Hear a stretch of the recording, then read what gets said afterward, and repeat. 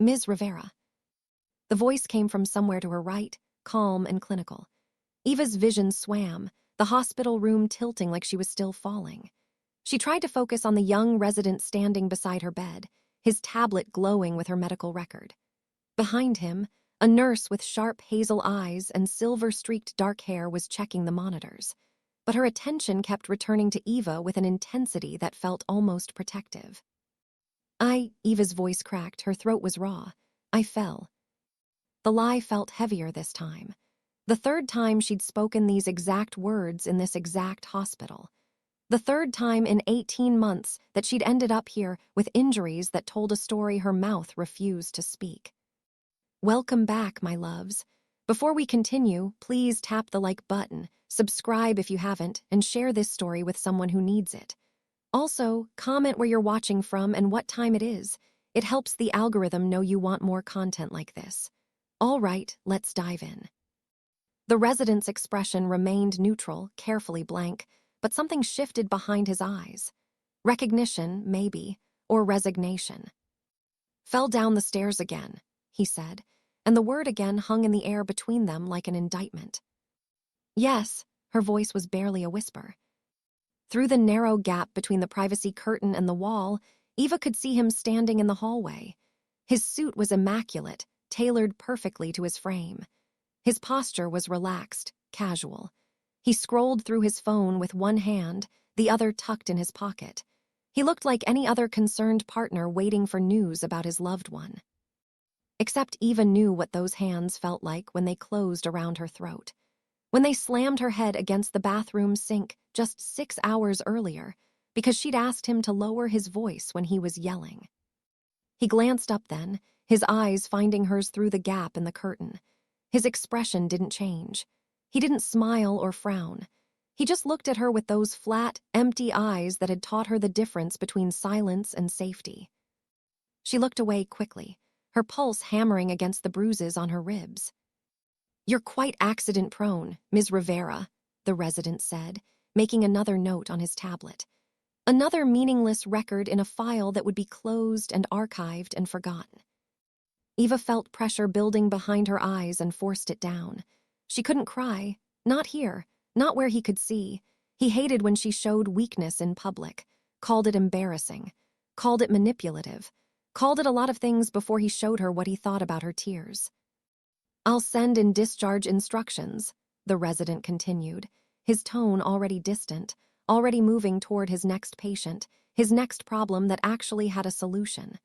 Take the pain medication as prescribed. Try to be more careful.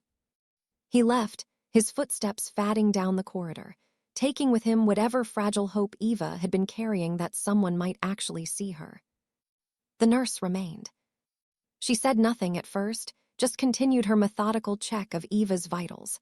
But her jaw was tight, a small muscle jumping beneath her skin. When she leaned close to examine the pupil response in Eva's eyes, Eva caught the scent of her perfume, something warm and herbal, like rosemary and lavender. Accidental fall, the nurse murmured, so quietly Eva almost missed it. That's what I'm writing on the chart. That's what the official record will say.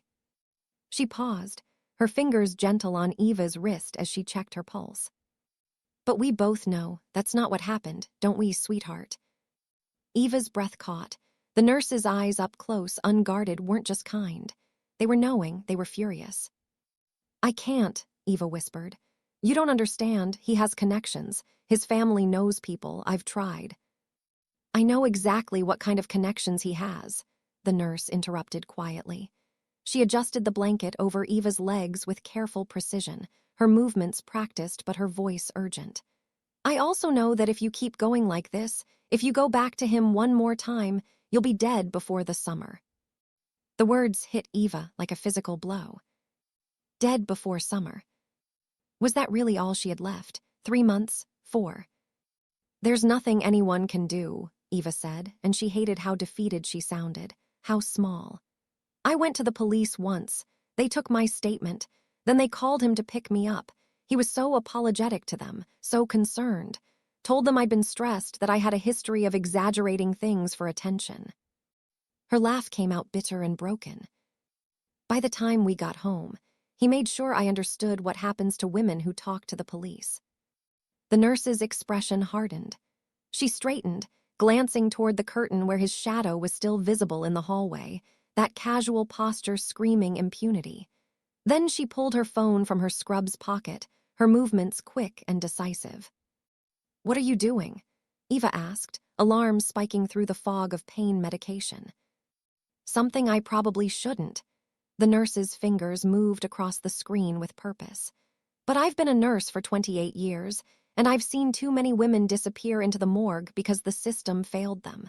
I'm not watching it happen again." "You can't call the police," Eva said urgently. "I told you it won't." "I'm not calling the police." The nurse hit a final button and lifted the phone to her ear. "Then who?" But the medication was pulling at Eva now, making everything feel slow and distant. She heard the phone ring once, twice, 3 times. Then a man's voice answered, deep and rough with sleep. "Pauline, it's 3 in the morning." "Dominic," the nurse, Pauline said, and her voice had changed, become softer but more urgent. "I need you at Providence Memorial, 5th floor, room 517. And Dominic, it's bad. The boyfriend's here. Connected family thinks he's protected." A pause. "Name?" Pauline glanced at the chart, then back at Eva.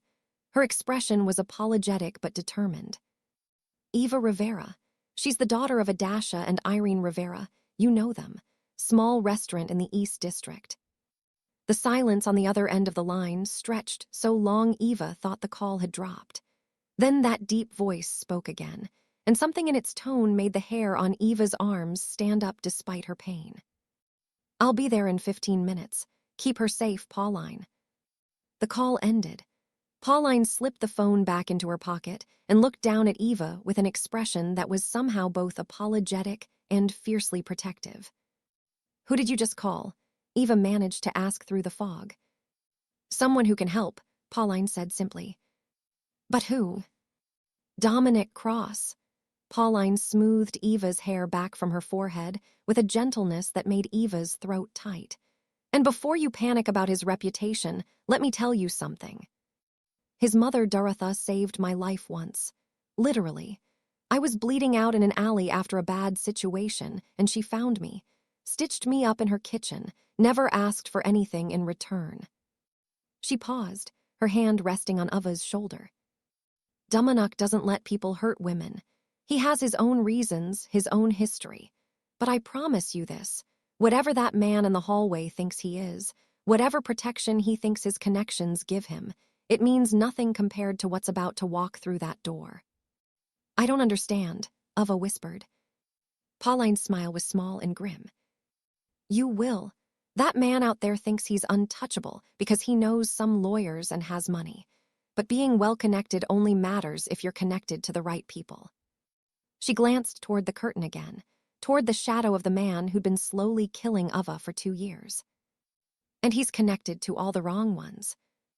Ava wanted to argue, wanted to say that nothing would change, that she'd heard promises before and they always ended the same way, with his hands on her and his voice in her ear, telling her that no one would ever believe her, that no one could ever save her. But the medication was winning now, dragging her down into cotton-wrapped darkness. The last thing she heard before sleep claimed her was Pauline's voice, steady and sure. "Hold on, sweetheart, real help is coming." Ava woke to the sound of voices. For a disoriented moment, she couldn't place where she was. The unfamiliar ceiling tiles, the antiseptic smell, the steady beeping of monitors. Then pain rolled through her body in a nauseating wave, and memory crashed back. Hospital, the lie, Pauline making that phone call. The voices were coming from somewhere beyond the privacy curtain. One of them she recognized, his tone sharp with irritation barely masked by false courtesy. "I appreciate whatever concern you think you have, but my girlfriend needs rest, not visitors. I'm going to have to ask you to leave." "No."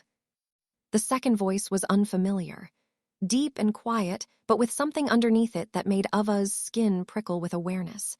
It wasn't loud, but it carried weight. "You're the one who's leaving." "I beg your pardon." His voice climbed higher, disbelief warring with outrage. "Do you have any idea who I am? This is my girlfriend. I'll call security." "Call them?" There was something almost amused in the stranger's tone, but it was the kind of amusement a wolf might feel watching prey threaten to fight back. "Tell them Dumanock Cross is here. See what they do." The silence that followed was absolute. Ava knew that name. Everyone in the city knew that name, even if they only whispered it in certain circles, in hushed tones when they thought no one was listening. Dumanock Cross, the man who controlled half the city's underground operations. The man politicians and police commissioners courted and feared in equal measure. The man who, according to rumor, had once made an entire rival crew disappear in a single night for touching someone under his protection. "You can't be serious," he said, but his voice had changed. The confidence had drained out of it, replaced by something Ava had never heard from him before. Uncertainty, maybe even fear. "This is absurd. What does someone like you want with her?" "Someone like me?" The dark amusement in Dumanock's voice deepened. "You mean someone who doesn't take kindly to men who beat women? Someone who thinks a man who puts his hands on someone weaker is worth less than dirt?" A pause, heavy with threat. "You're standing between me and someone who needs protection. Move, or I'll move you. Your choice."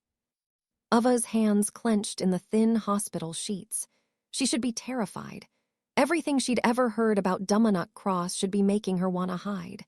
But instead, beneath the pain and the medication-induced fog, something else stirred. Something that felt almost like hope. "This is harassment," he tried, but he was backing down. Ava could hear it in his voice, could picture him taking a step back. "I'll have my lawyers." "Your lawyers can send their complaints to my office." Footsteps, deliberate and unhurried, moving closer. "Last chance. Walk away while you still can." A long moment of silence. Then his voice, tight with barely controlled fury. "This isn't over." "Yes," Dumanock said quietly, and there was absolute finality in his tone. "It is." More footsteps, retreating this time. The automatic doors at the end of the hallway whooshed open and closed. Then the curtain around Ava's bed swept aside. Dumanock Cross was not what she expected. He was dangerous. That was immediately apparent in every line of his body, in the way he moved with the casual confidence of someone who'd never had to question whether he was the most lethal person in any given room.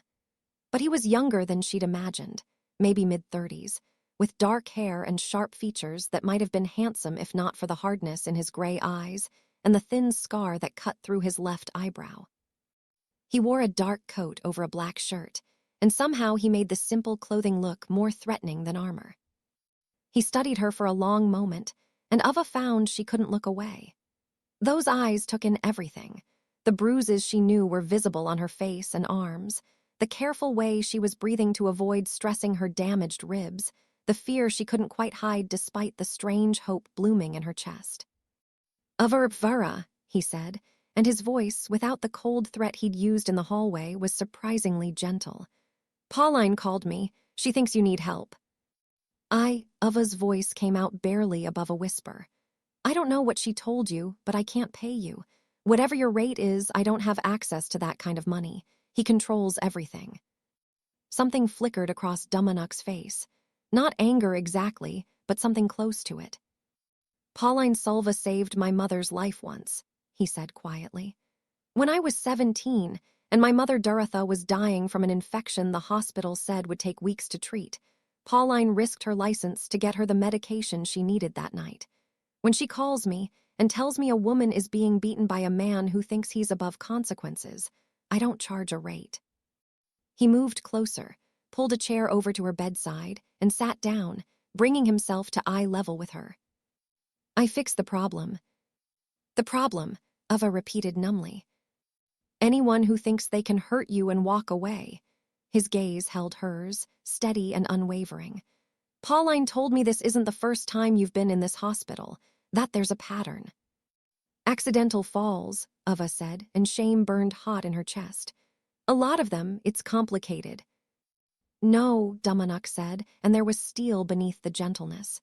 "It's not complicated anymore. It's simple. He hurts you.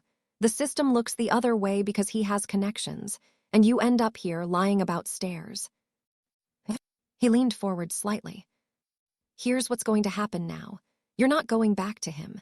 You're not spending one more night in a place where you're not safe. And if that man so much as looks at you wrong from this moment forward. He paused, and Eva saw something in his eyes that was both promise and threat. He'll learn exactly how expensive it is to hurt someone under my protection. The resident had left 20 minutes ago, and Eva was alone with the beeping monitors and the fluorescent lights that made everything look washed out and unreal. The pain medication had started to wear off at the edges, letting reality seep back in with all its sharp corners and brutal truths. She would be discharged soon. The paperwork was probably already being processed. And then what? She'd go back to the apartment, back to him, back to walking on eggshells and counting the hours until the next explosion. Back to learning new ways to flinch, new places to hide the bruises, new lies to tell when people asked questions she couldn't afford to answer honestly. The curtain moved, and Pauline stepped back into the room. She didn't speak immediately. Instead, she pulled a chair close to Eva's bed and sat down with the careful deliberation of someone who'd made a decision and was now committed to seeing it through, no matter the cost. "I need to tell you something," Pauline said quietly. "And I need you to really hear me, Eva, not just listen, but hear." Eva's throat tightened. There was something in Pauline's expression that scared her more than the violence she'd learned to navigate.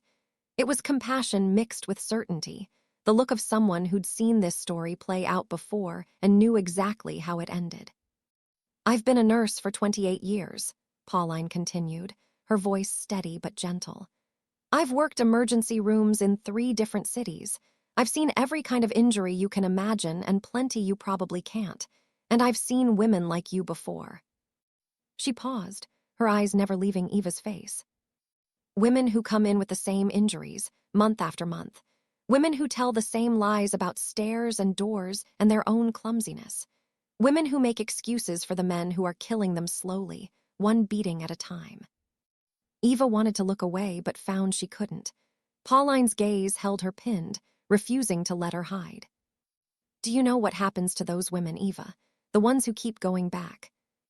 Eva shook her head, though somewhere deep inside, she knew the answer.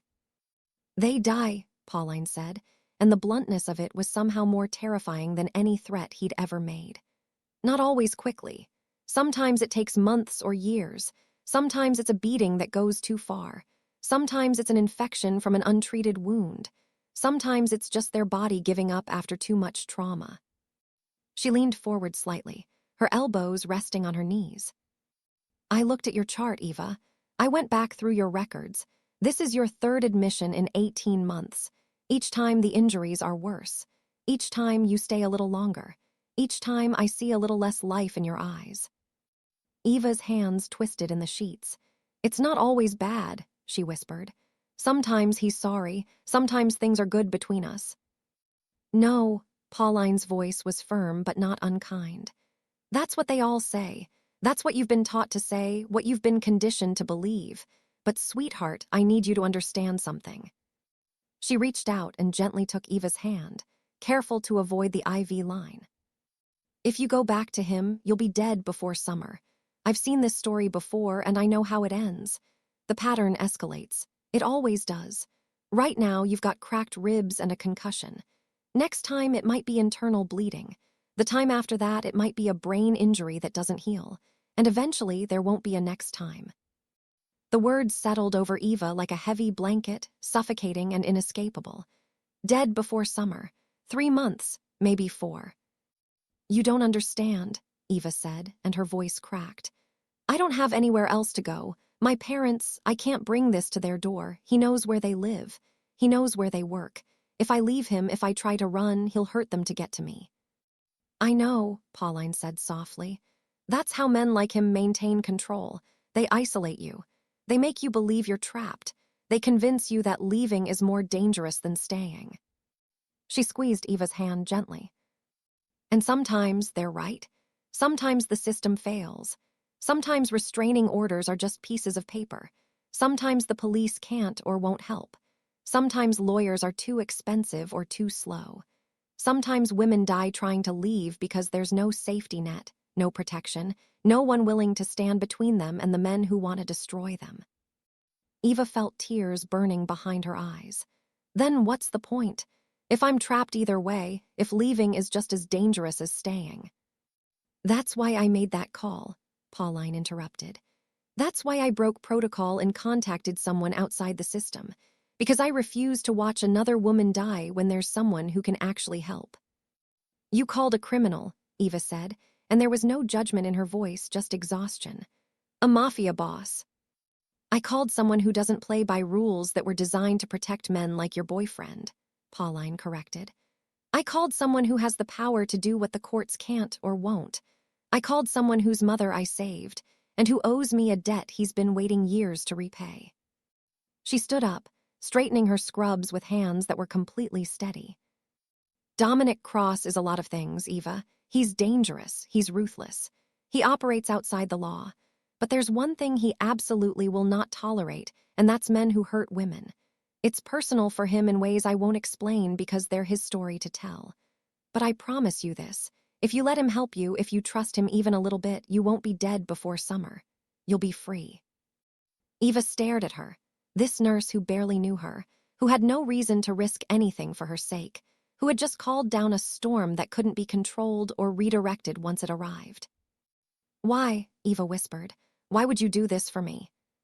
Pauline's smile was sad and fierce all at once. Because 20 years ago, I was lying in a hospital bed just like this one. Different hospital, different city, same story. And nobody helped me. Nobody broke the rules. Nobody called someone who could actually make a difference. I went back to him, and I kept going back until the night he put me in intensive care, and I finally understood that Pauline Silva was going to die in that house if she didn't do something drastic. She moved toward the door, then paused and looked back. I got lucky. I survived. But I've never forgotten what it felt like to be trapped, to be convinced that there was no way out, to accept death as inevitable. So when I see that same look in another woman's eyes, I do whatever it takes to give her the choice I almost didn't live long enough to make. The door swung closed behind her, and Eva was alone again with the truth Pauline had laid bare. Dead before summer. Unless she made a different choice. Pauline's shift ended at 11, but she sat in her car in the hospital parking lot until nearly midnight, the engine off, her phone resting in her lap like a loaded weapon. The number was still in her contacts after all these years. She'd kept it there, buried deep in her phone under a name that meant nothing to anyone else, a name she'd told herself she would never need to use. But she'd kept it anyway, some part of her knowing that one day, she might need to call in a debt that had been waiting 2 decades to be paid. The parking lot was nearly empty at this hour, just a few cars scattered across the expanse of asphalt under the harsh glow of security lights. Somewhere in the distance, an ambulance siren wailed. Another emergency, another life hanging in the balance. The world kept spinning, kept bleeding, kept breaking people in ways both visible and invisible. Pauline looked down at her phone. Her thumb hovered over the contact name, D. Cross. She'd promised herself she wouldn't do this. When Dorothea Cross had died 3 years ago, Pauline had gone to the funeral, stood in the back of the church while what seemed like half the city filed past the casket. She'd watched Dominic stand at the front, his face carved from stone, his sister Camilla gripping his arm like she was afraid he might shatter. She'd watched him accept condolences from politicians and police commissioners, and people whose faces she recognized from news reports about organized crime. And she'd thought, I won't ask him for anything. The debt died with Dorothea. But Eva's face kept appearing in her mind. Those hollow eyes, that resignation. The way she'd flinched when the curtain moved, her body trained to expect violence from every unexpected sound. Pauline had seen that look before. She'd worn that look before. 20 years ago, she'd been lying in a different hospital bed in a different city, telling a different doctor about a different fall. And nobody had helped her. Nobody had broken the rules. She'd gone back because she'd had nowhere else to go, because the system had failed her, because she'd believed the lie that she was trapped. She'd survived. Barely. But she'd never forgotten what it felt like to be abandoned by every institution that was supposed to protect her. Her finger pressed the call button before she could talk herself out of it. The phone rang once, twice, 3 times. She glanced at the dashboard clock, 12:07 a.m. He might not answer. He might have changed his number. He might. Pauline. His voice was rough with sleep, but he'd recognized her number. After all these years, he still had her saved in his contacts. Dominic, she said, and her voice was steadier than she'd expected. I'm sorry to call so late. It's fine. She heard movement on his end, the rustle of sheets, footsteps on a hard floor. What's wrong? Straight to the point. No pleasantries. That was Dominic. He'd learned young that time was a luxury and small talk was a waste of it. Pauline took a breath. Once she said this, once she set this in motion, there would be no taking it back. Dominic Cross didn't do half measures. He didn't offer warnings. When he intervened, he burned bridges and salted the earth and made sure the problem never came back. I have a patient, she said. 26 years old. 3rd hospitalization in 18 months, all assault-related. Cracked ribs, concussion, contusions consistent with strangulation. She says she fell. She didn't fall, Dominic said, and it wasn't a question. No, she didn't fall. Silence on the line.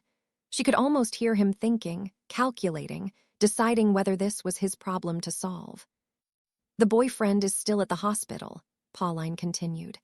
Well-connected family, money, the kind of man who thinks the rules don't apply to him because so far they haven't. Name. Pauline hesitated. This was the moment. This was the point of no return. It doesn't matter, she said instead. What matters is that if she goes back to him, she'll be dead in 3 months. I've seen this pattern too many times. I know how it ends. Then why are you calling me? Dominic's voice was careful, controlled. Why not the police? Because we both know the police won't help. They'll take a report. They'll tell her to get a restraining order. They'll do everything by the book, and in 3 months, I'll be filling out paperwork for the morgue. She gripped the phone tighter. Your mother saved my life once, Dominic. 22 years ago, when I was bleeding out in an alley after my ex-husband decided I'd embarrassed him at a party. She found me. She didn't call the police. She didn't take me to a hospital where he could find me. She took me to her home, stitched me up in her kitchen, let me stay until I was strong enough to run. Pauline's voice cracked slightly, but she pushed through. She never asked for anything in return, never mentioned it again. But she saved my life that night, and I've never forgotten it. So now I'm asking you, I'm calling in a debt that's 22 years old. I need you to save someone else's life the way Dorothea saved mine. The silence stretched so long, she thought the connection had dropped. Then Dominic exhaled slowly. Where? He asked. Providence Memorial, 5th floor, room 517. The patient's name. Eva Rivera. Her parents are Adasha and Irene. They run that small restaurant in the East District, Casa Rivera. You know them. I know them. Something shifted in his voice. Good people. They don't deserve to bury their daughter. No one does, Pauline said quietly. I'll be there in 15 minutes. He paused. The boyfriend, he's still there. Yes. Good. The word carried weight, promise, and threat all at once. Keep her safe until I arrive, Pauline, and after tonight we're even. The debt is paid. Thank you, Dominic. Don't thank me yet. You might not like my methods. I don't care about your methods, Pauline said, and she meant it. I only care about results, and the result I need is Eva Rivera alive and free. Then that's what you'll get. The line went dead. Pauline sat in the darkness of her car, staring at her phone, her heart hammering against her ribs. She just unleashed something that couldn't be controlled or redirected. She just invited violence to solve violence, chaos to answer brutality. But Eva would live. And sometimes, Pauline thought as she started her car and drove toward the exit, sometimes survival required breaking all the rules you'd been taught to follow. Sometimes salvation came from the most unexpected places. Sometimes the only way to stop a monster was to call down something the monster was actually afraid of. She'd made her choice. Now she just had to live with the consequences. Dominic Cross arrived at Providence Memorial Hospital at exactly 12:23 a.m., and the night shift security guard at the main entrance took one look at him and decided he had somewhere else to be. He wasn't alone. Roger Smith walked on his left, a man built like a concrete wall with hands that could crush bone without apparent effort. On his right was Adam, leaner but no less dangerous, with the kind of eyes that tracked movement with predatory precision. Behind them came Baca and Danae, both wearing suits that didn't quite hide the fact that they were armed and comfortable with violence.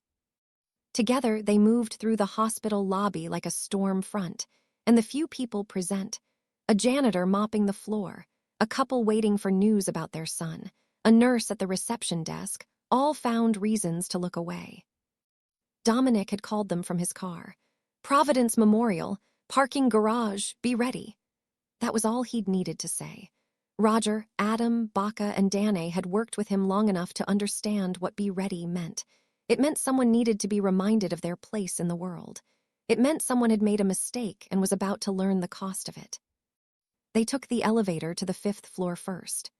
Dominic wanted to see Eva, wanted to put a face to the name, wanted to understand exactly what he was protecting and why it mattered enough for Pauline to call in a debt 2 decades old.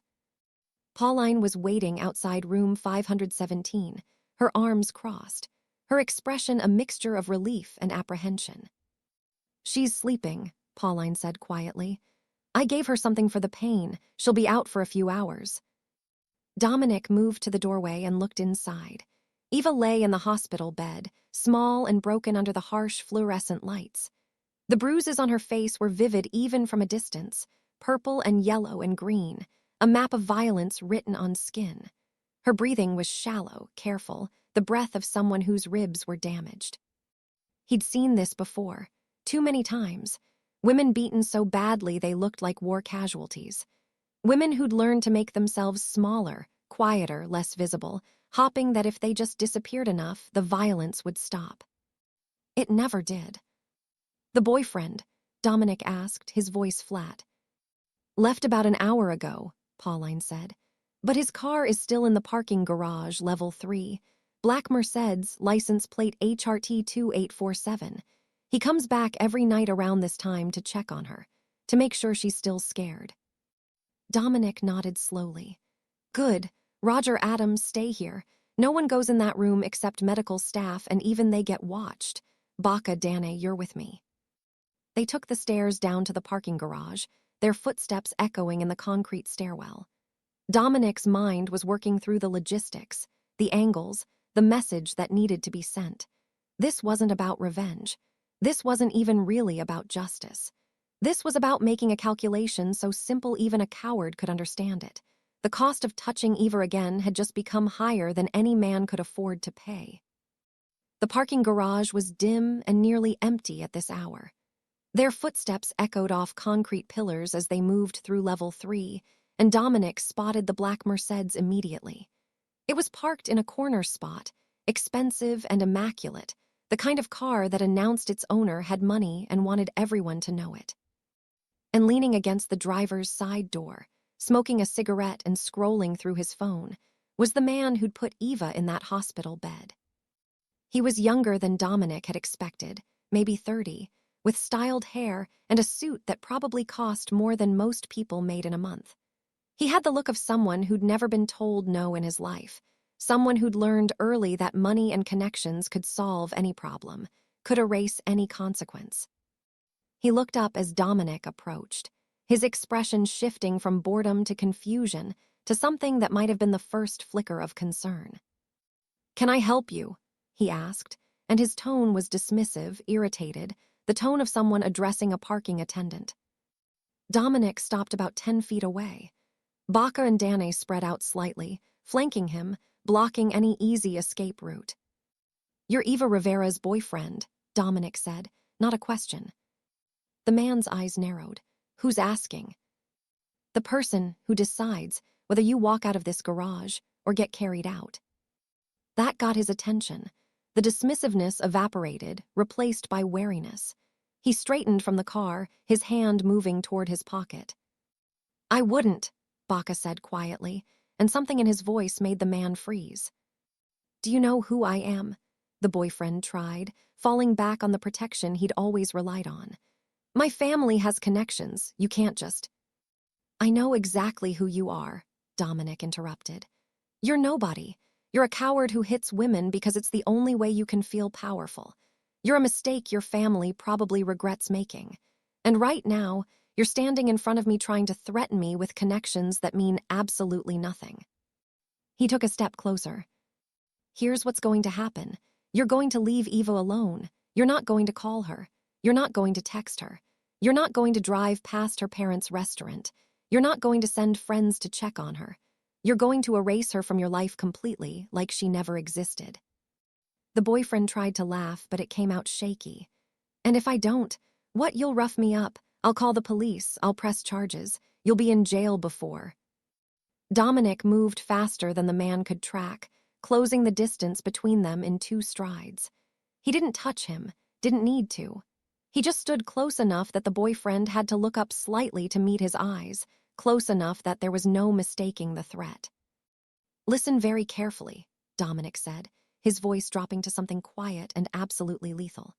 I'm Dominic Cross, and when you go home tonight and you Google that name, when you ask your well-connected friends about me, you're going to learn something important. You're going to learn that I don't make threats. I make promises. And I don't care about your family's money or their connections or their lawyers. I care about making sure Eva Rivera never has to be afraid of you again. He leaned in slightly. So here's my promise. If you go near her, if you so much as think her name too loudly, I will dismantle your life piece by piece. Your business interests will collapse. Your bank accounts will empty. Your friends will stop returning your calls. Your family will cut you off to protect themselves. And if you're really stupid, if you decide to ignore all of that and touch her anyway, then you'll just disappear. People will ask what happened to you, and no one will have any answers. The boyfriend had gone pale, his breathing shallow. Do you understand me? Dominic asked. A jerky nod. Say it out loud. I understand. His voice cracked. I won't go near her, I won't contact her, I'll leave her alone. Good, Dominic stepped back. Get in your car, drive away. And remember that every day you wake up from now on is because I decided to let you. Don't make me regret that choice. The boyfriend fumbled with his keys, his hands shaking so badly it took 3 tries to unlock the car. He practically fell into the driver's seat, started the engine with a roar, and peeled out of the parking spot with screeching tires. Dominic watched the taillights disappear up the ramp, then turned to Baca and Danny. Follow him, make sure he goes home. If he makes any stops, any calls that seem relevant, I want to know. They nodded and disappeared into the shadows. Dominic stood alone in the parking garage, his hands in his pockets, his expression carved from stone. He'd just drawn a line in the sand. Now he'd see if the message was clear enough, or if he'd have to make it clearer with actions instead of words. Either way, Eva Rivera would be safe. He'd made a promise to Pauline, and Dominic Cross always kept his promises. Eva woke to voices again, but this time they were quieter, more controlled. The medication had worn off enough that pain came flooding back with cruel clarity, her ribs screaming with every breath, her head pounding with a rhythm that matched her pulse, her entire body feeling like it had been used as a practice target. The clock on the wall read 3:47 a.m. Through the gap in the curtain, she could see Pauline talking with someone, a man in a dark coat. It took her foggy brain a moment to piece together the memory, Dominic Cross, the phone call, the confrontation she'd heard through her medication-induced haze. He'd come, he'd actually come. The curtain moved, and Pauline stepped inside, followed by Dominic. In the harsh hospital lighting, he looked even more dangerous than he had before, his face all sharp angles and hard edges, his eyes the kind of gray that reminded Eva of storm clouds. You're awake, Pauline said softly. How are you feeling? Like I got hit by a truck, Eva said, then winced as the words jarred her damaged ribs. Close enough, Pauline murmured. She glanced at Dominic, some silent communication passing between them, then moved to adjust Eva's IV. I'm going to give you something for the pain, but not too much. You need to be clear-headed for this conversation. Eva's stomach tightened. For what conversation? Dominic pulled the chair closer to her bed and sat down, the same way he had hours before. His movements were economical, controlled, the movements of someone who never wasted energy on unnecessary gestures. Your boyfriend won't be bothering you anymore, he said without preamble. I spoke with him. He understands that coming near you again would be a mistake he couldn't survive. Eva stared at him. You spoke with him. In the parking garage, about an hour ago. What did you do? The question came out sharper than she'd intended, panic rising in her chest.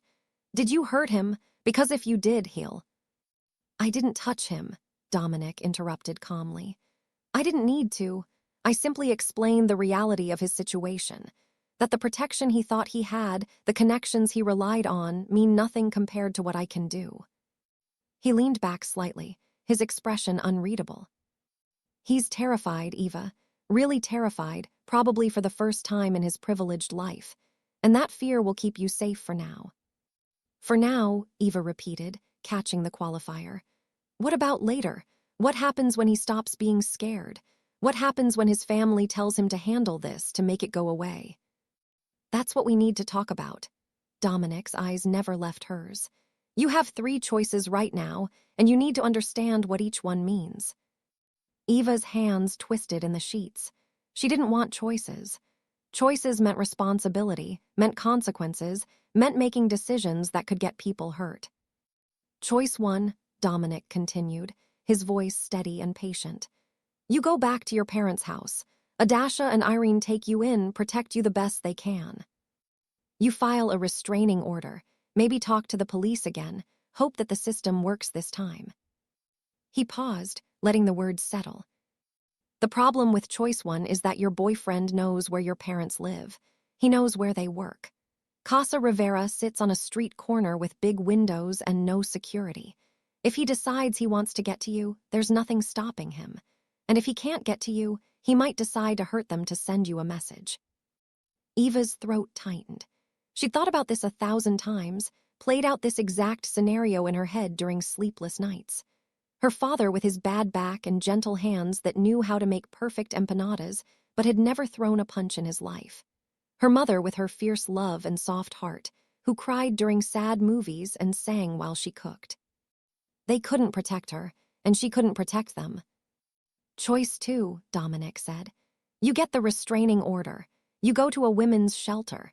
You try to disappear into the system, hope that he loses interest, hope that the legal process works faster than his determination to find you. But he will find me, Eva said quietly. He always does. He found me the last time I tried to leave. I made it 3 days in a motel across town before he showed up at the door. Yes, Dominic agreed. He'll find you, men like him always do. They have resources, connections, and most importantly, they have time. The system moves slowly. Paperwork takes weeks. Court dates get delayed. And while you're waiting for justice, he's hunting. Eva closed her eyes. 2 choices, and both of them ended the same way, with her dead or broken or right back where she started. What's choice 3? She asked, though part of her already knew. You leave with me. Eva opened her eyes. Dominic was watching her with that same steady, unreadable expression. I have a compound outside the city. High security, trained guards. No one gets in or out without my knowledge. You'd stay there under my protection until this situation is resolved. Resolved how? However it needs to be resolved. His answer was deliberately vague, and Eva understood what he wasn't saying. However it needs to be resolved, by whatever means necessary, legal or otherwise. I don't know you, Eva said. I don't know anything about you except what people whisper about. And what they whisper is that you're dangerous, that you hurt people, that you run half the illegal operations in this city. All true, Dominic said without hesitation. I am dangerous. I do hurt people when necessary, and my business interests aren't the kind that get discussed in polite company. He leaned forward slightly. But here's what else is true. I don't hurt women. I don't hurt innocent people. And I especially don't tolerate men who think they can beat their girlfriends bloody and walk away untouched. My mother raised me better than that, and her memory means more to me than you can possibly understand." There was something in his voice when he mentioned his mother, something raw and real that cut through all the careful control. "Pauline told me," Eva said quietly, "that your mother saved her life once. My mother believed that we all have a responsibility to protect people who can't protect themselves. She lived that belief until the day she died, and I've spent the last 20 years trying to honor what she taught me." He stood up, giving Eva space, giving her room to think. "This is your choice, Eva, not mine, not Pauline's. Yours. You can go back to your parents and hope for the best. You can trust the system that's already failed you. Or you can trust me, a man you have every reason to fear, and let me keep you safe while we figure out a permanent solution." Eva looked at him, really looked at him. At the hard edges and the controlled violence and the reputation that preceded him like a shadow. But she also saw something else, something her abuser had never shown her. Genuine rage on her behalf. Not rage at her, not rage that she'd embarrassed him or inconvenienced him or failed to meet his expectations. Rage that someone had hurt her at all. "If I come with you," she said slowly, "what happens to my life, my job, my parents?" "Your job is gone the moment he decides to show up there. Your parents will be safer if you're not at their house, drawing his attention. As for your life," Dominic paused, "you'll get it back. It might not look the way it did before, but you'll be alive to rebuild it. That's more than you'll have if you choose door 1 or door 2. Eva's chest felt tight. This was insane. This was accepting help from a criminal, putting herself in the power of a man who could destroy her as easily as protect her. But dead before summer echoed in her mind. Pauline's certainty, the pattern that always escalated. "Okay," Eva whispered. "I'll come with you." Dominic nodded once, his expression unchanged, but something in his eyes softened slightly. "Then let's get you out of here before morning shift change. The fewer people who know where you went, the better." As Pauline began preparing discharge papers and Dominic made quiet phone calls to his people, Eva lay in the hospital bed and wondered if she'd just made the best decision of her life or the worst. Either way, there was no going back now. The drive took 40 minutes, heading north out of the city until the buildings gave way to wooded estates and private roads with gates that warned trespassers to stay away. Eva sat in the back of Dominic's car, a black SUV with tinted windows and a quiet engine, watching the city lights fade behind them. Roger Smith drove while Dominic sat in the passenger seat, speaking quietly into his phone in a language Eva didn't recognize. She caught snatches of it, something that sounded like Russian mixed with English, instructions being given to people whose names she didn't know. Pauline had given her painkillers before she left, enough to take the edge off, but not enough to cloud her thinking. Eva was grateful for that. She needed to stay sharp, needed to understand where she was going and what she was walking into. The compound appeared suddenly, set back from the main road behind a 12-foot wall topped with security cameras. Roger stopped at the gate and waited while unseen eyes verified their identity. Then, the heavy iron gates swung open with a low mechanical hum, and they drove through into another world. The main house was 3 stories of stone and glass, modern but solid, built like something that could withstand a siege. Floodlights illuminated the grounds, manicured lawns, carefully trimmed hedges, and what looked like a guest house set apart from the main building. Eva counted at least 6 security cameras visible from where she sat, and she suspected there were more she couldn't see. "It's a lot," Dominic said, glancing back at her. "But it's necessary.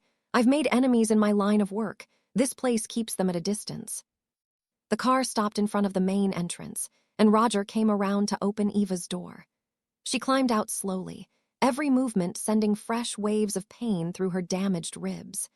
The night air was cooler here than in the city, cleaner, carrying the scent of pine trees and damp earth.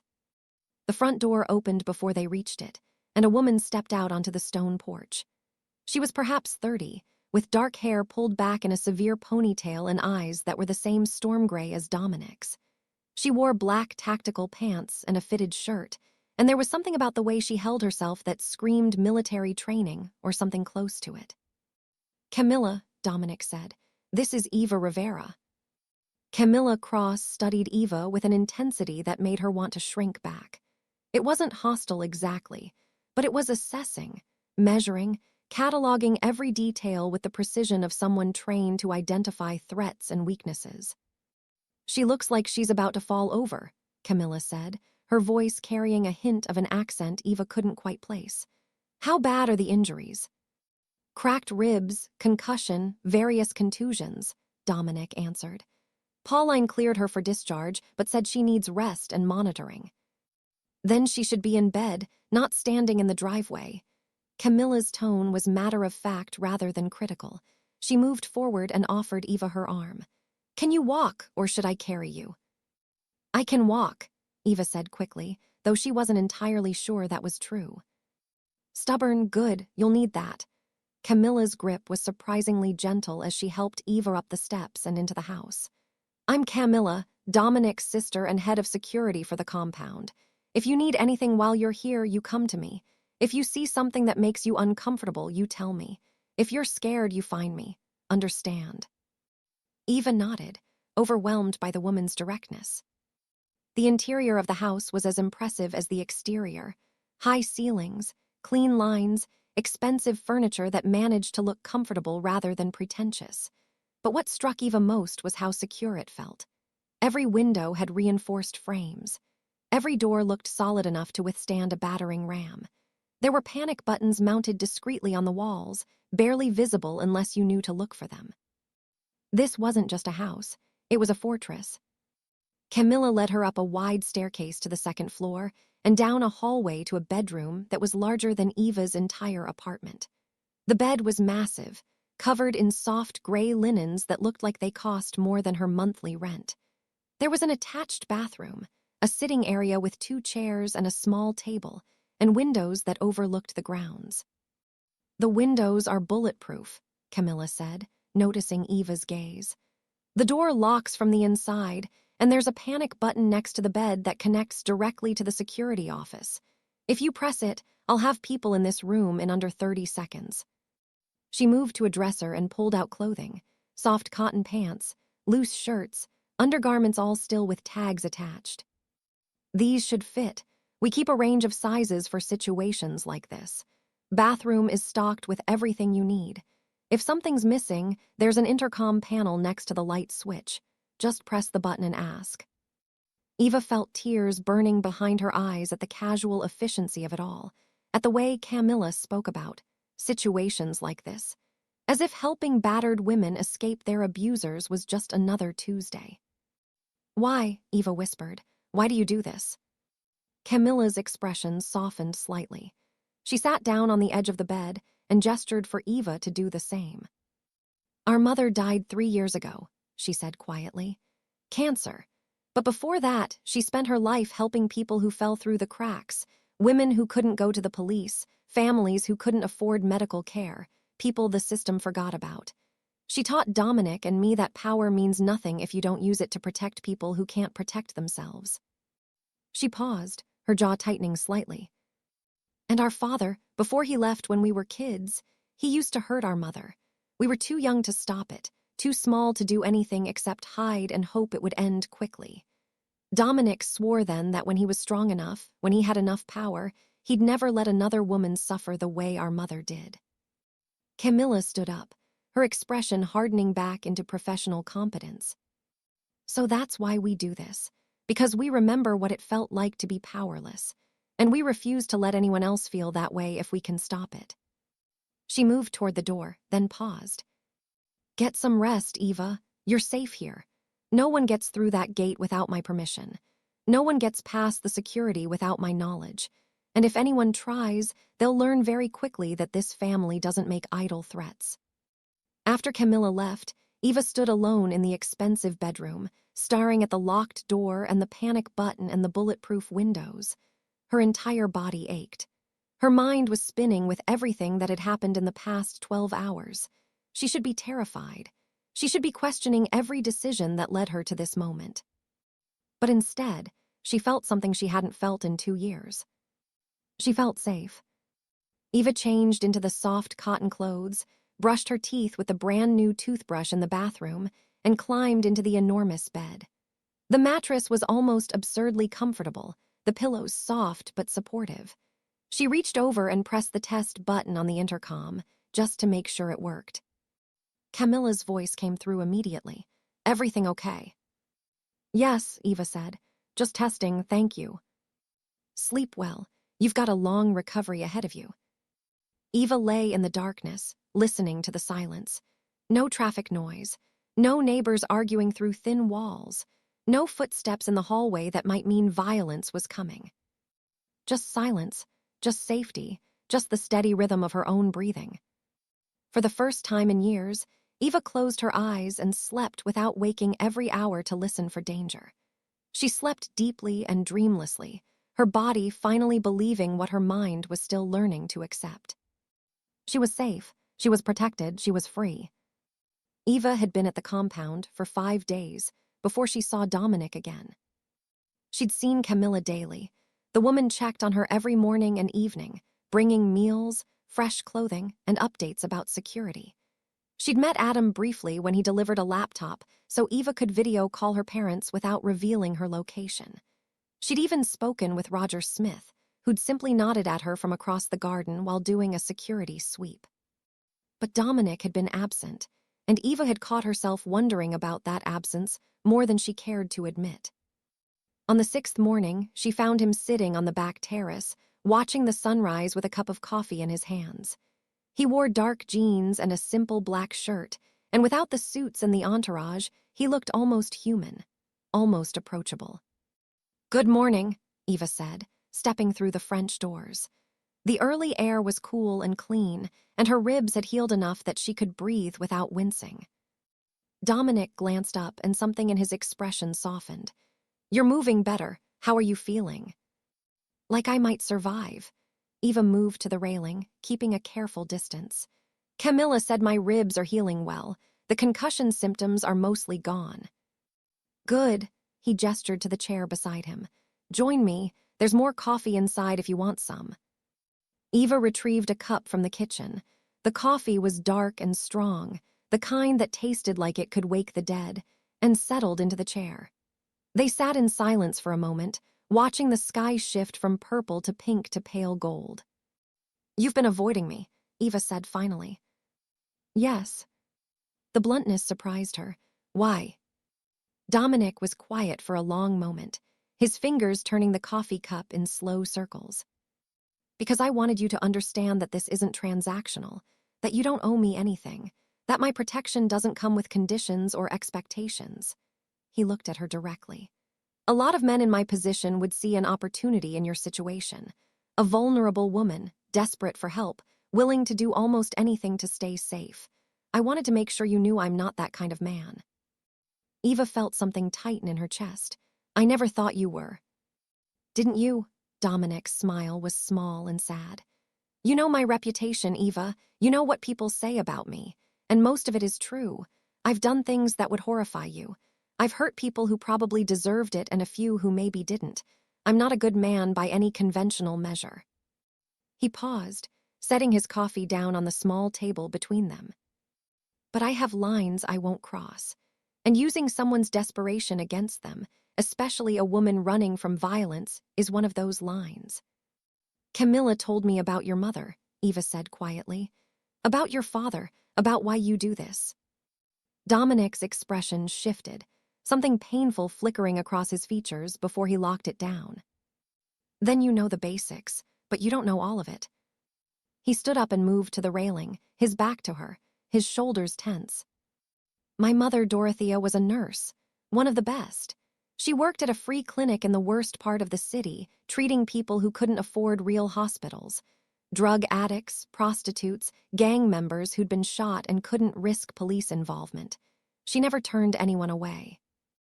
Eva waited, sensing that this was a story he needed to tell in his own time. "When I was 17, she was working late one night. A woman came in, beaten badly by her pimp. My mother patched her up, gave her antibiotics, told her about shelters she could go to. The pimp found out. He came to the clinic 3 nights later with 2 of his guys. Dominic's hands gripped the railing hard enough that his knuckles went white. They wanted to teach my mother a lesson about interfering in other people's business. They beat her in the parking lot behind the clinic, broke her arm in 3 places, fractured her cheekbone, gave her a concussion that kept her in the hospital for a week. Eva's breath caught. "Dominic, I'm so sorry." The police did nothing. The pimp had connections, paid the right people.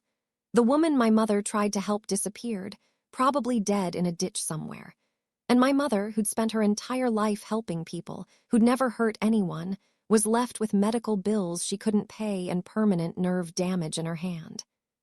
He turned to face Eva, and his eyes were haunted. I was 17 and useless. I couldn't protect her. I couldn't make it right.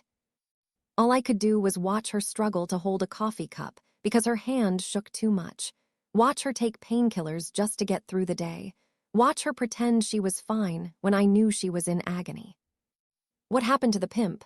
Eva asked, though she thought she knew the answer. "I killed him." Dominic said it without emotion, without pride or shame. 3 years later, after I'd built enough power, gathered enough people, I found him in a hotel room with another girl he was beating bloody. I gave him a choice: walk away and never touch another woman or die right there. He laughed at me, said I was just some punk kid playing gangster. Dominic's smile was cold and empty. He was wrong. I wasn't playing. And after that night, I made a promise to my mother's memory. Every woman who came to me for help, every woman running from a man who thought he was untouchable, I would protect them. Not for money, not for favors, not because I expected something in return, but because I remembered what it felt like to be powerless while someone I loved suffered. He moved back to his chair and sat down heavily. "So that's why you're here, Eva. That's why I confronted your boyfriend in that parking garage. That's why Camilla watches over you like you're her own sister. Because we're trying to pay a debt that can never really be paid. We're trying to save women the way no one saved our mother." Eva's throat felt tight. She'd assumed there was some strategic reason for Dominic's help, some angle she hadn't seen yet. But this wasn't strategy. This was guilt and grief and a promise made to a ghost. "Your mother," Eva said softly, "would she be proud of what you became, of the things you've had to do?" Dominic was quiet for a long time. When he finally spoke, his voice was rough.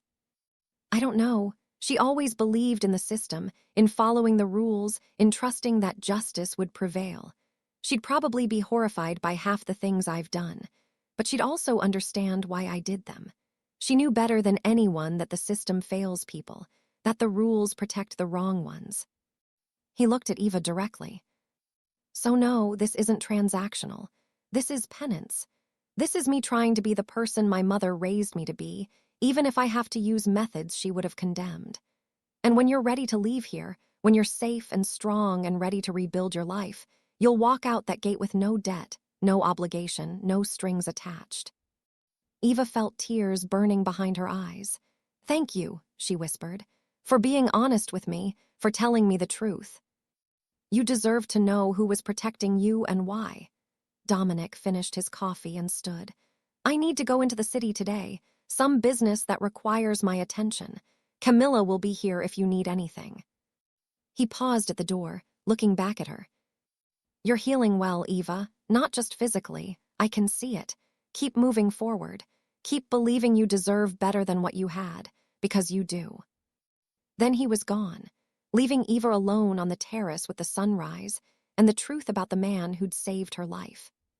She sat there for a long time, thinking about mothers and sons and the debts we carry, thinking about protection that came without conditions, thinking about a 17-year-old boy who'd watched his mother suffer and had spent the rest of his life trying to make it right. And for the first time since arriving at the compound, Eva understood that she wasn't just safe here. She was understood. Roger Smith sat in a windowless office in downtown, reviewing spreadsheets on 3 different monitors, while Adam stood behind him, arms crossed, watching the numbers cascade down the screens like digital rain. "He's leveraged," Roger said, his voice a low rumble. "Business is built on credit and reputation. 3 major contracts, all dependent on relationships with firms that owe Dominic favors. How long to pull them? Adam asked. Already done, made the calls this morning. Roger tapped a few keys, bringing up new documents. His primary contract, the commercial development on 5th Street, just got pulled. The investment firm decided to go with a different developer. Something about concerns over management practices. Adam's smile was thin and predatory. Concerns they didn't have yesterday. Funny how quickly concerns develop when the right people make the right phone calls. Across the city, Baca sat in a luxury car outside a private bank, scrolling through his phone with the casual boredom of someone waiting for an inevitability. The text came through at 10:47 a.m. It's done. He forwarded the message to Dominic, then watched as a man in an expensive suit stormed out of the bank's entrance, his face flushed with anger and confusion. The man was on his phone immediately, his voice carrying across the parking lot even through the closed car window. Eva's former boyfriend, though he didn't know yet that's what he was having a very bad morning. Baca started the engine and pulled away. His part was finished. The rest would cascade naturally, like dominoes falling in a carefully arranged pattern. In a high-rise office with a view of the harbor, Danae sat across from a nervous-looking accountant who kept adjusting his glasses and glancing at the door as if calculating escape routes. I don't understand, the accountant said. These accounts were fine yesterday. Everything was in order. And today they're frozen pending investigation, Danae said calmly. The IRS received some interesting information about unreported income, foreign accounts, creative bookkeeping, the kind of thing that triggers audits. Those numbers were. Accurate, Danae leaned back in his chair. Or creative, because the IRS will have months to figure that out, maybe years, and in the meantime, every account associated with your client is locked down tight. The accountant went pale. This will destroy his business, his credit, everything. Yes, Danae agreed. It will, unless, of course, certain paperwork gets filed, certain agreements get signed, certain behaviors stop immediately and permanently. He slid a folder across the desk. Divorce papers, generous settlement terms. Ms. Rivera gets the apartment, full debt forgiveness, and no contest from your client. In exchange, the IRS audit mysteriously stalls out. The accounts get unfrozen. Life goes back to normal. And if he refuses? Danae's expression didn't change. Then his life becomes increasingly complicated. More audits, more investigations, more contracts falling through, more friends deciding they can't afford to associate with someone under federal scrutiny. He can fight it if he wants, but fighting costs money, and his money is currently unavailable. The accountant stared at the folder like it might bite him. I'll present it to him, he said finally. You do that. Danae stood and buttoned his jacket. And tell him he has 24 hours to decide. After that, things get worse.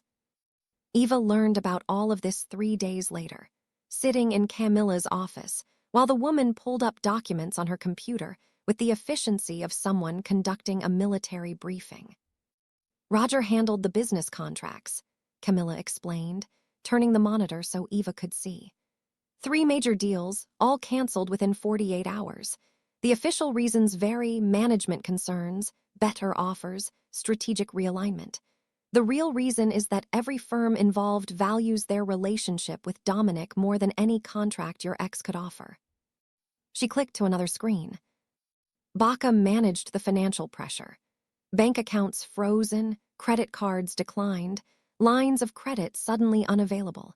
Nothing illegal, just aggressive application of existing regulations and some helpful tips to the right regulatory agencies about potential irregularities. Irregularities that exist, Eva asked. Camilla's smile was sharp. Everyone has irregularities if you look hard enough. Your ex got sloppy with his taxes, overconfident about his connections protecting him. Turns out connections only work if you're connected to people with more power than your enemies. Another click, another document. Danae delivered the divorce papers yesterday. Clean break, generous terms for you, minimal cost to him if he signs immediately. The accountant said he looked like he'd aged 10 years in 3 days. Eva stared at the screen, at the evidence of her ex-boyfriend's life collapsing in real time. Part of her felt a savage satisfaction, terrorized her for 2 years, and now he was learning what terror felt like. But another part felt something more complicated. Something that might have been pity or might just have been the echo of the woman she used to be, the woman who'd believed she deserved the violence. "Is this legal?" she asked quietly. Camilla leaned back in her chair. "Everything we've done operates within the law. We didn't fabricate evidence. We didn't make false accusations. We simply applied pressure in places where pressure was warranted and pulled support from someone who'd been relying on unearned goodwill." She paused. "The question isn't whether it's legal, Eva. The question is whether it's right. And after seeing your medical records, after knowing he put you in the hospital 3 times, after understanding that you'd be dead if Pauline hadn't made that call, yes, I think it's right. I think he's getting off easy." "What happens if he doesn't sign?" Eva asked. "Then we keep applying pressure. His business fails completely. His reputation becomes toxic. His family, who care more about their social standing than about him, will distance themselves to avoid the stain. He'll end up bankrupt, alone, and unemployable." Camilla closed the laptop. "But he'll sign. Men like him always do when the alternative is losing everything. They're bullies, not martyrs. They only fight when they think they can win. Right now, he knows he can't win. He knows that whoever is protecting you has more power, more reach, and more determination than he could ever match." Eva was quiet for a long moment, processing the cold efficiency of it all. This was how Dominic operated, not with fists or guns or dramatic confrontations, but with strategic pressure applied at critical points. He'd dismantled her ex's life the way a surgeon removes a tumor, precisely, methodically, with minimal collateral damage. "The message has been delivered," Camilla said. "Let her go or lose everything. And based on what his accountant told Danae, he's ready to let you go. The papers should be signed by tomorrow." "And then what?" Eva asked. "Then you're free. Legally, financially, completely. No more looking over your shoulder. No more waiting for him to show up. No more fear that he'll hurt your parents to get to you." Camilla stood and moved to the window, looking out over the compound grounds. "Dominic doesn't do half measures, Eva. When he promises protection, he means permanent protection. Your ex will sign those papers. He'll move on with his life. And if he's smart, he'll never think your name again, because thinking about you means remembering the people who can destroy him with a few phone calls." She turned back to Eva. "You're safe, not just for now, forever. That's the difference between what we do and what the system does. The system gives you restraining orders that get violated. We give you freedom that no one dares challenge." Eva felt something release in her chest, some tension she'd been carrying for so long it had become part of her baseline existence. Her ex was broken. His power was gone. His ability to hurt her had been systematically dismantled by people who understood that sometimes justice required working outside the official channels. "Thank you," Eva whispered. Camilla's expression softened. "Don't thank me. Thank Pauline for making the call. Thank yourself for having the courage to accept help. And thank Dominic for being the kind of man who keeps his promises." She moved toward the door, then paused. "The papers will be ready for you to sign tomorrow. After that, this chapter of your life is officially closed. What you write in the next chapter is entirely up to you." The courthouse was smaller than Eva expected, less dramatic than the courtrooms she'd seen on television. Just a modest room with fluorescent lighting, wooden benches worn smooth by decades of anxious hands, and a judge's bench that looked like expensive furniture in a government office. Eva sat in the front row with Camilla on her left and a lawyer Dominic had hired on her right. The lawyer, a sharp-eyed woman named Patricia Chen, had explained the process 3 times, but Eva's heart was hammering too hard to remember most of it. This was supposed to be simple. The divorce papers had been signed. The settlement had been agreed upon. This hearing was just a formality, a judge's stamp on decisions already made. But her ex would be here. She would have to be in the same room as him for the first time since the hospital. "You don't have to speak," Patricia said quietly, reviewing her notes. "I can handle all the necessary statements.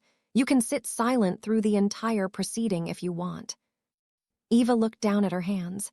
They were steady, which surprised her. 6 weeks ago, they would have been shaking. 6 weeks ago, she would have taken the offer of silence gratefully, would have let someone else speak for her while she made herself as small and invisible as possible. But 6 weeks at the compound had changed something fundamental. 6 weeks of sleeping without fear, of eating meals without calculating whether she'd chewed too loudly, of speaking without measuring every word for hidden landmines. 6 weeks of Camilla's fierce protectiveness and Dominic's quiet respect. 6 weeks of remembering that she was a person who deserved to exist without terror. "I want to speak," Eva said. Camilla turned to look at her, something like approval in her eyes.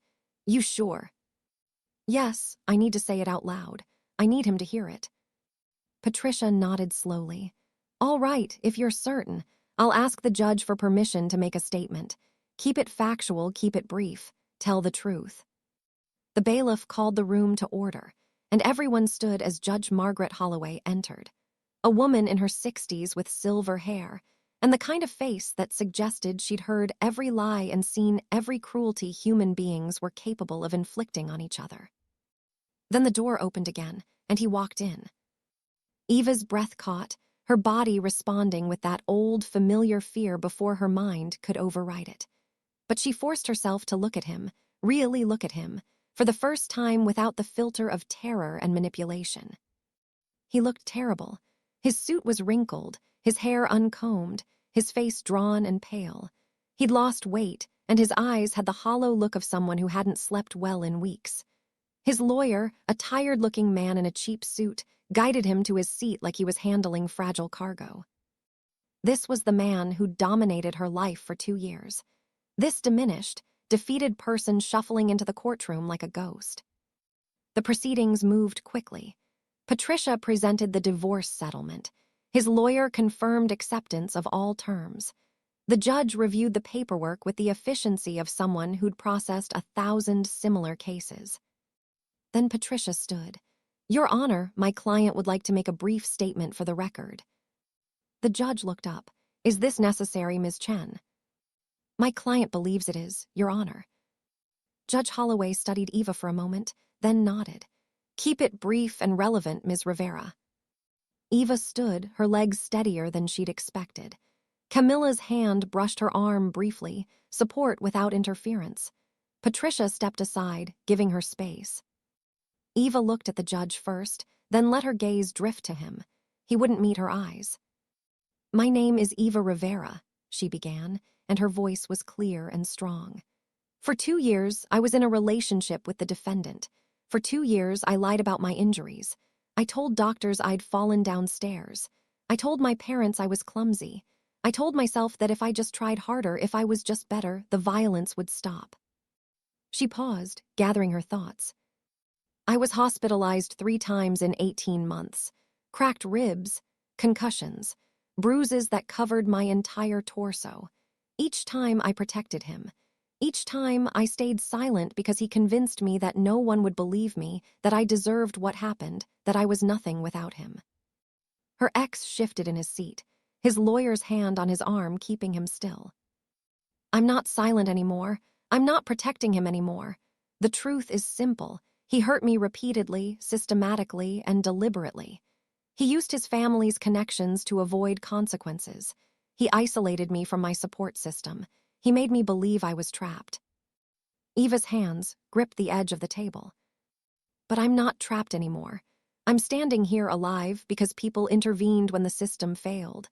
I'm standing here because I finally accepted help. And I'm standing here to say publicly what I should have said years ago. What he did to me was not my fault. I did not deserve it. I am not responsible for his violence." She looked directly at him now, and he was forced to look back. "I see you clearly now. Not as powerful or dangerous or untouchable. Just as a coward who could only feel strong by hurting someone weaker. Just as a small, broken person who chose violence because he didn't know any other way to feel like he mattered." His face flushed red, anger flickering across his features before his lawyer whispered something sharp in his ear. "I don't hate you," Eva continued, and she meant it. "I pity you because you'll have to live with what you did. You'll have to carry that weight. And I get to walk away from this room, free of you forever." She turned back to the judge. "I wanted that on the record, Your Honor. I wanted my truth spoken aloud in a place where it matters.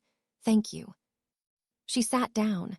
The courtroom was absolutely silent.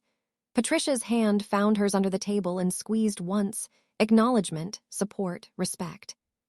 Judge Holloway cleared her throat. "Thank you, Ms. Rivera. Your statement has been noted in the record." She turned her attention to the paperwork. "I find that the divorce settlement is fair and has been entered into voluntarily by both parties. The marriage is hereby dissolved. Ms. Rivera, you are free to reclaim your maiden name if you choose. All assets and debts have been divided according to the filed agreement." She signed the final documents with sharp, decisive strokes. "This court is adjourned." The gavel came down, and it was over. Eva stood on trembling legs, but they were trembling with adrenaline and release, not fear. Camilla's arm came around her shoulders, steady and strong. "You did good," Camilla said quietly. "You took your power back." Eva watched as he left the courtroom without looking at her, his lawyer steering him toward the exit like a man sleepwalking. He looked smaller somehow, less substantial, like the act of Eva speaking her truth had diminished him further. "He's just a person," Eva said, almost to herself. "Not a monster, not a demon, just a damaged person who chose to damage others." "And now he's a person who has no power over you," Patricia said, gathering her papers. "The restraining order is permanent. The settlement is legally binding. If he violates any terms, he faces criminal charges and the full weight of prosecution." She paused. "You're free, Eva, completely and legally free." Eva walked out of that courthouse with Camilla beside her, into afternoon sunlight that felt different somehow, brighter, cleaner, full of possibility. She'd spoken her truth. She'd faced her abuser without flinching. She'd reclaimed the voice he'd spent 2 years trying to silence. And she'd discovered that the moment you stop being afraid of someone, the moment you see them clearly without the distortion of terror, they lose every bit of power they ever had over you. She was free, and freedom felt like sunlight after years of darkness. 1 year later, Eva stood in front of a renovated brownstone in the East District, watching workers hang the final sign above the entrance. The letters were painted in deep blue against cream. The Pauline Silva Foundation for Domestic Violence SURVIVORS. Pauline stood beside her, tears streaming down her face. "You didn't have to name it after me." "Yes, I did." Eva squeezed her hand. "You made the call that saved my life. This foundation exists because you refused to watch another woman die." The brownstone had been Dominic's idea. Though he'd presented it so carefully, Eva believed it was her own thought. A building in her parents' neighborhood, perfect for a community center. He'd left the real estate listing on the kitchen counter, mentioned that Roger Smith understood nonprofit structures, then stepped back and let Eva build her vision. The past year had been full of those moments. Dominic's quiet support that never felt like control, his resources offered without strings, his belief in her when she still struggled to believe in herself. He'd connected her with lawyers, introduced her to Camilla's contacts in law enforcement, provided initial funding through channels that kept his name off official paperwork. But more than that, he'd simply been present. Not hovering, not managing, not rescuing. Just there, steady and believing. The foundation would offer what Eva had needed and never found: immediate sanctuary, legal advocacy, financial support, and long-term counseling. No one would be turned away. No one would be sent back into danger because the system moved too slowly. A small crowd gathered for the opening. Survivors Pauline had helped over the years. Social workers, Eva's parents Adasha and Irene looking proud enough to burst, and community reporters. Roger Smith, Adam, Baca, and Danae stood at strategic points, looking like guests but always watching. Dominic arrived last, dressed in a dark suit, his eyes finding Eva immediately with a softness reserved only for her. Eva moved to the microphone on the front steps, her hands steady, her voice clear. "Thank you for being here. A year ago, I was in a hospital bed, convinced I was trapped in a situation I couldn't escape. I believed I deserved the violence. I believed no one could help me." She paused, finding faces in the crowd. Pauline with her proud tears, Camilla with her fierce protectiveness, her parents holding each other tightly. "I was wrong. I didn't deserve the violence. People could help me. And I survived because one nurse refused to accept my lies, because she made a phone call that changed everything, and because I finally had the courage to accept help when it was offered." She gestured to the building behind her. "The Pauline Silva Foundation exists to give other women what I received: immediate safety, real protection, and the time to rebuild their lives. We won't ask them to wait for the system. We won't send them back into danger. We'll help them survive and then help them live again." The applause was warm and genuine. The ceremony continued: ribbon cutting, facility tour, speeches from supporters. Eva moved through it all with growing confidence, answering questions, accepting congratulations, explaining the foundation's mission. As the sun began to set and the crowd thinned, Eva found Dominic on the roof terrace, looking out over the neighborhood. The East District sprawled below them, lights flickering on as evening settled. "You did good today," Dominic said as she joined him. "We did good," Eva corrected. "None of this happens without your support." "I just provided resources. You provided the vision, the passion, the heart." He turned to face her fully. "I'm proud of you, Eva, of who you've become." "I've always been this person. I just needed to remember it." They stood in comfortable silence, the city humming below, the foundation solid and real behind them. "I have something I need to ask you," Dominic said, and something in his voice made Eva's pulse quicken. He reached into his jacket and pulled out a small box. When he opened it, a ring caught the fading sunlight, elegant and simple, a single stone in platinum. "A year ago, you came to my home because you had no other choice. You trusted me because the alternative was death." Dominic's eyes held hers with quiet intensity. "But you don't need my protection anymore, Eva. You're strong enough to stand on your own. You've built something meaningful. You've reclaimed your life." He dropped to one knee, and Eva's hand flew to her mouth. "So I'm not asking you to marry me because you need me. I'm asking because I want to spend my life with the woman who taught me that strength isn't just about power. It's about courage and choosing to help others even while you're still healing.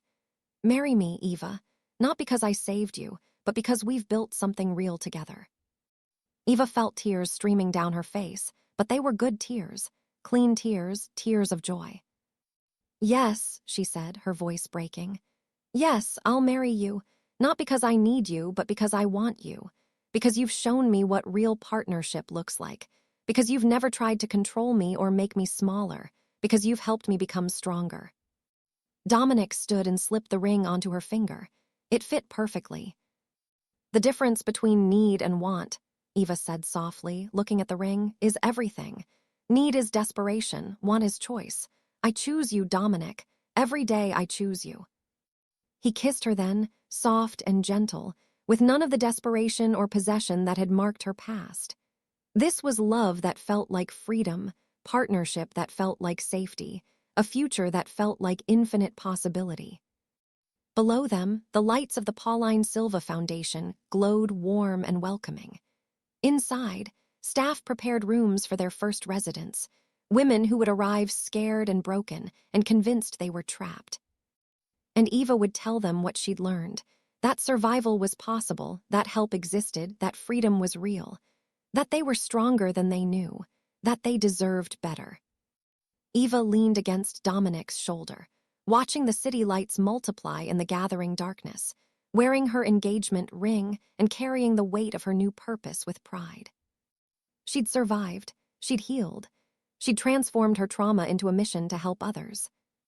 And she'd learned that sometimes salvation came from unexpected places, that love could bloom even in the shadow of violence, and that the most powerful thing a person could do was take their broken pieces and build something beautiful from them. The foundation was her legacy.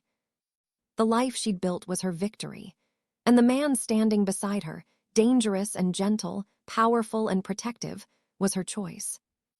Not her savior, her partner. And that difference, she had learned, was everything. The end.